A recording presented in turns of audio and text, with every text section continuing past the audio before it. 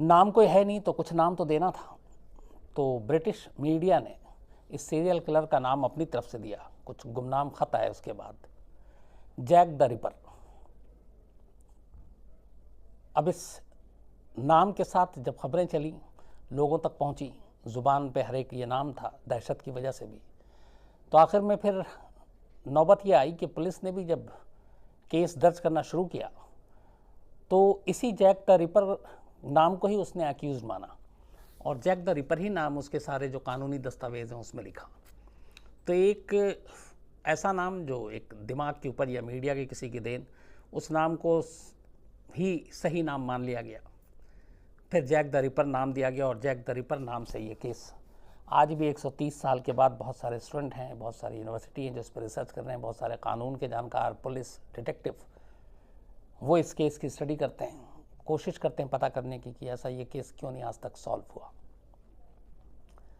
हालांकि करीब 5 साल पहले, 125 साल के बाद, कुछ लोगों ने दावा भी किया कि जैक द रिपर को उन्होंने पहचान लिया है। वो मैं आगे बताऊंगा। बात 19वीं सेंचुरी के मध्य की है या आखिरी के हिस्से की कहें। 1882 के आसपास इंग्लैंड में, ख़ासतौर पर जो इंग्लैंड का एक शहर है वाइट चैपल में बहुत सारे आयरिश रिफ्यूजी, जूइश, जो रशिया से उधर आए, या फिर ईस्टर्न यूरोप से बहुत बड़ी तादाद में लोग इंग्लैंड की तरफ आए, और एक तरह से यहाँ पे रिफ्यूजी की बाढ़ सी आ गई थी। और ज़्यादातर लोग जो बसे इसमें से, वो वाइट चैपल इलाके में, इंग्लैंड का जो शहर है, वहाँ पर आकर रहने लगे। अभी जो वाइट चैपल शहर था, इसके आसपास जिस तरीके से रिफ्यूजी रह रहे थे, वहाँ के हालात भी बहुत अच्छे नहीं थे। गरीबी थी, बेरोज़गारी थी, भूखमरी थी, और उस वक्त वहाँ पे क्राइम भी था। जहाँ पे ये सारी चीज़ें होती हैं, जहाँ बेरोज़गारी हो, गरीबी हो, तो क्राइम कहते हैं कि अपने आप वहाँ पे आ जाता है। तो स्नैचिंग, लूट मार, ये सारी चीज़ें, और वहाँ की पुलिस बड़ी परेशान रहती थी इस क्राइम से। और अलग अलग देश के लोग जो है रिफ्यूजी आकर एक जगह पे बस रहे थे, और फिर लोकल पॉपुलेशन, तो इन सारी चीज़ों ने मिलकर घालमेल कर दिया था। धीरे धीरे वक्त बीता, इस इलाके के वाइट चैपल के हालात बदतर होते गए, और वहाँ पे उसी इलाके में रोज़ी रोटी और ज़िंदा रहने के लिए लोगों ने अलग अलग पेशा अपनाया। कोई क्राइम की दुनिया में चला गया, किसी ने चीना झपटी शुरू की। तो ऐसी बहुत सारी बेबस महिलाएं थीं जिन्होंने जिस्म फरोशी का धंधा अपनाया। वाइट चैपल में कहते हैं कि उस वक्त 1882 के आसपास करीब 62 ब्रोथल्स थे, कोठा, जहाँ पे 1200 से 1300 लड़कियां काम करती थी, जिसमें फरोशी के धंधे में थी, और वहीं रहती थी। सब कुछ ठीक ठाक चल रहा था। लेकिन 1888 से लेकर 1891 के बीच, सिर्फ 3 साल के अंदर, इस वाइट चैपल शहर में और उस शहर के ख़ास इलाके में, और वो इलाका भी इस ब्रोथल यानी कोठा के आसपास, रेड लाइट एरिया के आसपास, एक के बाद एक कत्ल होने का सिलसिला शुरू हो जाता है। पहला कत्ल होता है 3 अप्रैल 1888 को, 3 अप्रैल 1888। एक महिला का कत्ल हुआ था। जब उसकी लाश देखी गई तो गला कटा हुआ था, और सबसे हैरानी की चीज़ ये थी कि उसके पेट और पेट के नीचे चाकू के अनगिनत वार थे। बाद में जब पोस्टमार्टम हुआ तो पता चला कि कुछ अंग ही गायब हैं। वो मौके वारदात पे भी नहीं मिले, बाकी जगह पे नहीं मिले। ऐसा लगा किसी हैवान का काम है ये। कोई यकीन भी नहीं कर सकता था कि कोई इंसान इस तरीके से कत्ल करेगा। बाद में पता चला कि जिसका कत्ल हुआ था वो लड़की उसी एक रेड लाइट एरिया में काम करने वाली एक वैश्या थी। पुलिस अपनी तफ्तीश करती है, लेकिन वो कातिल तक पहुंचती। उसके कुछ ही दिनों बाद एक दूसरी लड़की की लाश मिलती है इसी वाइट चैपल इलाके में। इस बार भी गला कटा हुआ था, इस बार भी जिस्म पे अलग अलग चाकुओं के निशान, और इस बार भी जिस्म के कई अंग निकले हुए और गायब। की तरीके से 2 कत्ल, लेकिन कातिल का कोई सुराग नहीं। इसी बीच में वहाँ पे मीडिया को कुछ एक गुमनाम लेटर मिलता है, और लेटर लिखने वाला अपने आप को बताता है कि उसने ये कत्ल किया है, और इस लेटर को मीडिया छाप देती है। इस कत्ल को, दोनों कत्ल को मिलाकर वो उसको सनसनीखेज बना देती है। लोग पढ़ना शुरू करते हैं। इसी बीच में कुछ दिन बीतता है और एक तीसरा कत्ल हो जाता है। ये तीसरा कत्ल भी पहले 2 कत्ल की तरह था। कत्ल होने वाली उसी रेड लाइट एरिया की महिला, गला कटा हुआ और पेट के नीचे के हिस्से को बहुत बेदर्दी से चाकुओं से काटा गया। और इस बार भी उसके जिस्म का कोई एक अंग गायब। अब ये बात, चूँकि एक लेटर भी आ चुका है, मीडिया में अब खबर चल रही है, और तब तक इस तीसरे कत्ल के बाद अचानक एक गुमनाम नाम आता है जो लेटर मिलने के बाद, और अखबारों में वहाँ छपना शुरू होता है कि एक गुमनाम कातिल है जिसका नाम है जैक द रिपर। ये मीडिया का दिया हुआ नाम था, और ये पूरे वाइट चैपल के लिए एक दहशत का नाम है। ये इंसान नहीं है, वहशी है, दरिंदा है, और कोई भी रात को अकेले न निकले, क्योंकि ये अपने शिकार को ढूंढता है और फिर बड़ी बेरहमी से मारता है। इन खबरों ने लोगों के अंदर और खौफ पैदा कर दिया। बड़ी दहशत पूरे इलाके में फैल गई, लोग अकेले निकलने से डरने लगे। पुलिस भी फिर ज़्यादा वहाँ पे चौकन्नी हुई, पेट्रोलिंग शुरू हुई। आम लोगों ने उस इलाके के अपनी तरफ से पेट्रोलिंग शुरू की। पुलिस की इस अब तक की नाकामी से उनके अंदर अब गुस्सा फूट रहा था कि पुलिस कुछ कर नहीं रही है। तो ये सारी चीज़ें एक साथ चल रही थी। इसी बीच में चौथा कत्ल होता है, और जो चौथा कत्ल हुआ वो भी सेम पहले 3 कत्ल की तरह, गला कटा हुआ, जिसमें पेचाकुओं के निशान, शरीर का एक अंग गायब। अब इस चौथे कत्ल की खबर मीडिया में आने के बाद जाहिर सी बात है और भी बेचैनी बढ़ती है, लोगों में घबराहट बढ़ती है, दहशत बढ़ती है। पुलिस अपनी तरफ से कोशिश कर रही होती, तब तक डिटेक्टिव को भी इसमें लगा दिया था, जासूस वहाँ के बड़े बड़े, वो सब अपने इस काम में लगते हैं कि किसी तरह से इस केस को सॉल्व करें, लेकिन कोई कामयाबी नहीं मिलती। इसी बीच में 5वां कत्ल होता है। 5वां कत्ल भी सेम उसी की तरीके से, गला कटा हुआ, जिस पे चाकुओं के निशान, शरीर का एक अंग गायब। अब इसके बाद जब ये सारी चीज़ें होती हैं तो पुलिस को पहली बार एक चीज़ का एहसास होता है कि जितने भी कत्ल हो रहे हैं, कातिल कोई एक। उसकी वजह ये थी कि इन 5 कत्ल में से 4 कत्ल में जो गला काटा गया था वो राइट से लेफ्ट की तरफ काटा गया था, दाहिने से बाईं तरफ।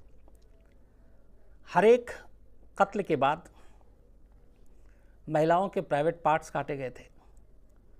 कई में तो दिल और गुर्दा निकाल लिया गया, कई को बहुत बुरी तरीके से और चाकुओं से गोदा गया। तो ये लगा कि 2 चीज़ें इससे क्लियर हुई। एक ये कि कोई जो भी कातिल है वो एक है, नंबर 2 जो कातिल है वो बड़ा पेशेवर है, जिस तरीके से कत्ल करता है उसको उसमें महारत हासिल है। अब जिस तरह सफाई से वो गला काटता है उसमें ये भी पता चला जांच में कि फिर शक गया कि ये शायद कोई डॉक्टर भी हो सकता है, क्योंकि आम आदमी इस तरीके से नहीं करेगा। तो अब ये सारी चीज़ें थी, लेकिन पुलिस के पास कातिल नहीं था और न कत्ल का मकसद था। बहुत सारे लोग शक के घेरे में आए, बहुत सारे लोगों को पुलिस ने उठाया। घर घर जाकर पुलिस ने उस वक्त तलाशी ली कि शायद कोई कातिल मिले। जिनके ऊपर ज़रा सा शक हुआ उनको भी उठाया। लेकिन इन तमाम चीज़ों, इन तमाम कवायद, इस सारी कोशिशों का कोई फ़ायदा नहीं हुआ। अब पुलिस अपनी तरफ से तफ्तीश कर रही, उधर मीडिया में गुमनाम खत आने का सिलसिला जारी था। इस बीच में फिर थोड़े थोड़े दिन के बाद 6ठा कत्ल होता है, फिर 7वां होता है, फिर 8वां होता है। टोटल 11 कत्ल होते हैं इस इलाके में, वाइट चैपल में, और ये 11 के 11 कत्ल 3 अप्रैल 1888 से लेकर 13 फरवरी 1891 के दरमियान होता है। पुलिस 11 कत्ल की जांच कर रही थी, लेकिन 11 कत्ल में से 2 चीज़ें थी। 5 कत्ल एक ही पैटर्न पे थे, एक ही तरीके से किए गए, लेकिन बाकी के 6 कत्ल अलग अलग, उसमें भी चाकू का इस्तेमाल हुआ, लेकिन वो चाकू के निशान और बाकी चीज़ें अलग अलग थी। तो पुलिस और डिटेक्टिव की टीम जो थी जासूसों की, वो 2 राय में बट गई। एक का कहना यह था कि जो पहले 5 कत्ल हुआ वो 5 कत्ल एक ही कातिल ने किया, जो बाकी के 6 कत्ल हैं उसमें कातिल अलग अलग है। हो सकता है वो कातिल भी उसमें इन्वॉल्व, लेकिन उसके साथ उसका कोई साथी भी हो। तो इसको लेकर राय बढ़ गई, लेकिन पुलिस अपनी तरफ से पूरी कोशिश करती रही। पुलिस की टीम लगातार जांच को आगे बढ़ाती रही। कई बार आया कि इसमें किसी जूइश का हाथ है, तो अब वहाँ पे ये भी था कि बहुत बड़ी तादाद में रिफ्यूजी थे, माहौल ठीक नहीं था, किसी जूइश के ऊपर हाथ डालने फिर ये था कि शहर का माहौल ख़राब होगा। लेकिन फिर जांच आगे बढ़ी और कुछ जो विटनेस मिले थे, एक दो जिनकी मौत बाद में हुई थी थोड़ी, जो 11 कत्ल थे 5 के बाद, उन्होंने बताया कि हमलावर 1 या 2 थे और उन्होंने जो हुलिया बताया उस हिसाब से वो जूइश वाले हुलिया पे फिट नहीं बैठ रहा था। तो अलग अलग फिर बाकी शक गए। फिर कहा गया कि कोई सिरफिरा है जिसने रेड लाइट एरिया में काम करने वाली या जो वेश्याएं हैं उनके साथ कुछ पुरानी खुंदस है या नफरत है। कुछ का था कि कोई दिमागी रूप से कमज़ोर इंसान है जो इस तरीके की चीज़ें कर रहा है। तो अलग अलग सारी थ्योरी थी। इसमें स्कॉट यार्ड की भी मदद ली गई, लेकिन कोई फ़ायदा नहीं हुआ। वक्त के साथ ये केस धीरे धीरे धूल चाटने लगी। 11 कत्ल के बाद अपने आप ये हुआ कि 91 के बाद इस तरीके के कत्ल का सिलसिला रुक गया। तो जब ये कत्ल का सिलसिला रुका तो पुलिस ने माना कि चलो, या तो शहर में चूँकि तब तक इतनी पैनिक थी कि पुलिस की पेट्रोलिंग बढ़ गई, आम लोग सड़क पर उतर आए, वो रात को पेट्रोलिंग करते थे, तो पुलिस को लगा कि शायद उनकी सख्ती, उनकी ज़्यादा तादाद में पेट्रोलिंग और इस वजह से कातिल जो है वो घबरा गया, डर गया। लेकिन ये सारी कहानियाँ थी उसी तरीके से जैसे उस कातिल की कहानी थी कि जैक द रिपर आखिर है कौन। तो बहुत सारी तफ्तीश जारी रही, लेकिन जैक द रिपर का असली नाम, असली चेहरा, असली पहचान सामने नहीं आई। आहिस्ता आहिस्ता वक्त बीतता गया। लगभग 125 साल गुजर गए। 125 साल गुजरने के बाद अभी 2015 के आसपास एक किताब आई और 2 अलग अलग जगहों से ये चीज़, एक ने पूरा रिसर्च किया उस वक्त की सारी केस स्टडी और ये एक जासूस थे, और एक ने एक बुक लिखी और उन्होंने जो हवाला दिया अपने दावे का वो ये था कि जब शुरुआत की जो 5 कत्ल हुए थे, उन कत्ल के साथ जो मरने वालियां थीं उनमें से जो पहले 5 नाम थे, Mary Ann Nichols, Annie Chapman, Elizabeth Stride, Catherine Eddowes और मैरी जेन कैली, इनके जितने भी बिलोंगिंग्स थे, जो सामान थे जो मौका वारदात से मिले पुलिस को उस वक्त, उन सारी चीज़ों की छानबीन की, जांच की और धीरे धीरे फिर ये सारी चीज़ें उस वक्त सबूत के तौर पर रखे गए थे। हालांकि बाद में बहुत फिर इसमें से बहुत सारी चीज़ें नष्ट भी हो गई। तो उन सारी चीज़ों के डीएनए के आधार पर यह दावा किया गया। कहा गया कि उस वक्त जो बहुत सारे सस्पेक्टेड थे जिनको पकड़ा गया था पुलिस ने, उनमें कई लोग थे, बट सबूत नहीं मिलने की वजह से उन सबको छोड़ दिया गया। और जिन लोगों को पकड़ा गया था उसकी वजह ये थी कि या तो वो जहाँ पे कत्ल हुआ वहाँ स्पॉट पे देखे गए थे, या उस रेड लाइट एरिया पे गए थे, या कुछ लोगों ने बयान दिया था कि रात को एक संदिग्ध आदमी घूम रहा था, उसका हुलिया ऐसा था, तो उसके हुलिये से मिलता जुलता शख्स को मिला, उसको पकड़ लिया। तो ऐसे बहुत सारे लोगों को उस वक्त उठाया गया था। कहते हैं करीब 2000 से ज़्यादा लोगों को सिर्फ शक के बिना पे उठाया गया था। और इस पूरे इलाके में घर घर में जाकर पुलिस ने तलाशी ली थी, एक बहुत बड़ा मुहिम चला था। और मीडिया में खबर आने की वजह से ये सिर्फ इंग्लैंड नहीं बल्कि पूरी दुनिया में जैक द रिपर के नाम को लेकर एक तरह से एक आतंक था। आलम ये था कि जब चौथा कत्ल हुआ था और जिस तरीके से मीडिया इस खबर को छाप रही थी और लोगों में डर था, बैठ गया था, उस वक्त क्वीन एलिजाबेथ को भी इस जगह पे मौके पे जाने पे के लिए मजबूर होना पड़ा। और वो बाकायदा मौके पर गईं और उन्होंने देखा और उन्होंने फिर उसके बाद कहा कि इस मामले की तफ्तीश तेज़ी से होनी चाहिए, लोगों को सुरक्षा मिलनी चाहिए। तो क्वीन एलिजाबेथ का जाना भी वहाँ पे उस वक्त एक बड़ी खबर हुई थी। लेकिन कातिल नहीं पकड़ा गया। करीब 125 साल के बाद एक दावा किया गया कि जो 5 पहली लड़कियां जिनके गला काटा गया था एक ही तरीके से, जिनके अंग गायब थे और उनके साथ कुछ चीज़ें मिली थी, उनमें से एक जो महिला थी उसके पास एक शॉल जैसी कोई चीज़ थी, जिसका डीएनए जब किया गया, जो बाकी सस्पेक्ट पकड़े गए थे जिनमें सबसे ज़्यादा शक था कुछ लोगों पे, उनमें से एक के साथ उस मरने वाली लड़की के उस शॉल्स के ज़रिए उसका डीएनए मैच कर गया था। उसका ब्लड और कुछ चीज़ें मिली थी उसमें, और उसका जो नाम बताया गया वो था एरन कॉस्मिंस्की। एरन कॉस्मिंस्की अब यहाँ पे एक हैरान करने वाली बात ये थी कि जब ये कत्ल हो रहा था 1888 से 91 तक, तब जो बहुत सारे पकड़े गए थे तो उसमें एक एरन भी था, और एरन के ऊपर बहुत ज़्यादा शक था। उसकी वजह ये थी कि वो एक से ज़्यादा जगह पे मौका वारदात पे किसी न किसी रूप में नज़र आया था। और दूसरी चीज़ जो शुरू में कहा गया था कि जिस तरीके से गला काटा जा रहा बड़ी सफाई के साथ, तो ये कोई आम आदमी का काम नहीं है, जिसको हुनर है या तो कोई डॉक्टर हो सकता है। लेकिन एरन के साथ ये चीज़ नहीं थी। एरन डॉक्टर नहीं है, बल्कि वो एक बार्बर था, नाई। तो अब सवाल ये है कि एक नाई भी ये कला जान सकता है, इस तरीके से काट सकता है।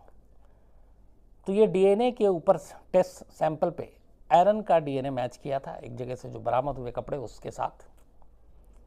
125 साल के बाद, जाहिर है कि 125 साल के बाद एरन भी जिंदा नहीं होगा, तो ये किताब में बाकी जगह पे दावा किया गया, लेकिन कानूनी रूप से अभी तक इस दावे को मंजूरी नहीं मिली है।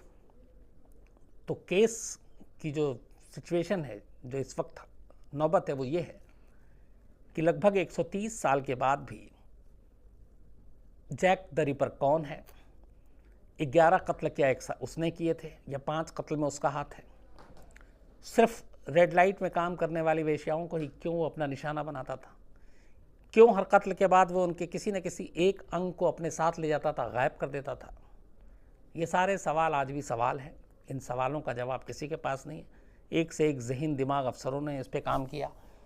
जब वक्त के साथ ये केस पुराना होता गया, तब भी कहते हैं कि इंग्लैंड में बहुत सारे ऐसे डिटेक्टिव थे, पुलिस फोर्स के थे, जिन्होंने कहा कि हम इस केस पे काम करेंगे। उन्होंने पुराने सबूतों को निकाला, खंगाला, उस वक्त के बयान जितने थे वो पढ़े, जो विटनेस थे, मीडिया के लोग थे, उनसे बात की, लंबी जद्दोजहद की, लेकिन कामयाबी नहीं मिली। दुनिया के तमाम ऐसे अनसुलझे केस में से जैक द रिपर एक वैसा ही अनसुलझा केस है। आज 130 साल बाद भी ये सिर्फ एक नाम है, लेकिन वो कातिल कौन था, उसका चेहरा कैसा था, ये किसी को नहीं मालूम। ब्रिटिश पुलिस को भी नहीं, उनके जासूसों को भी नहीं, और बाकी दुनिया में कई ऐसे लोगों ने काम किया इसको, उनको भी नहीं। बहुत सारे लोगों ने रिसर्च किया, उनको भी नहीं। तो आज भी ये एक मिस्ट्री है, और अब लगता भी नहीं है कि ये मिस्ट्री कभी सॉल्व होगी, क्योंकि वक्त बीत चुका है, 130 साल हो चुके हैं लगभग। तो इसका खुलासा होगा कि नहीं होगा, जाहिर सी बात है कि अब मुमकिन शायद नहीं है। तो ये थी कहानी दुनिया के एक ऐसे सीरियल किलर की जो आज भी एक राज है। नाम जैक द रिपर है, और ये नाम भी फर्जी है, मीडिया का दिया हुआ।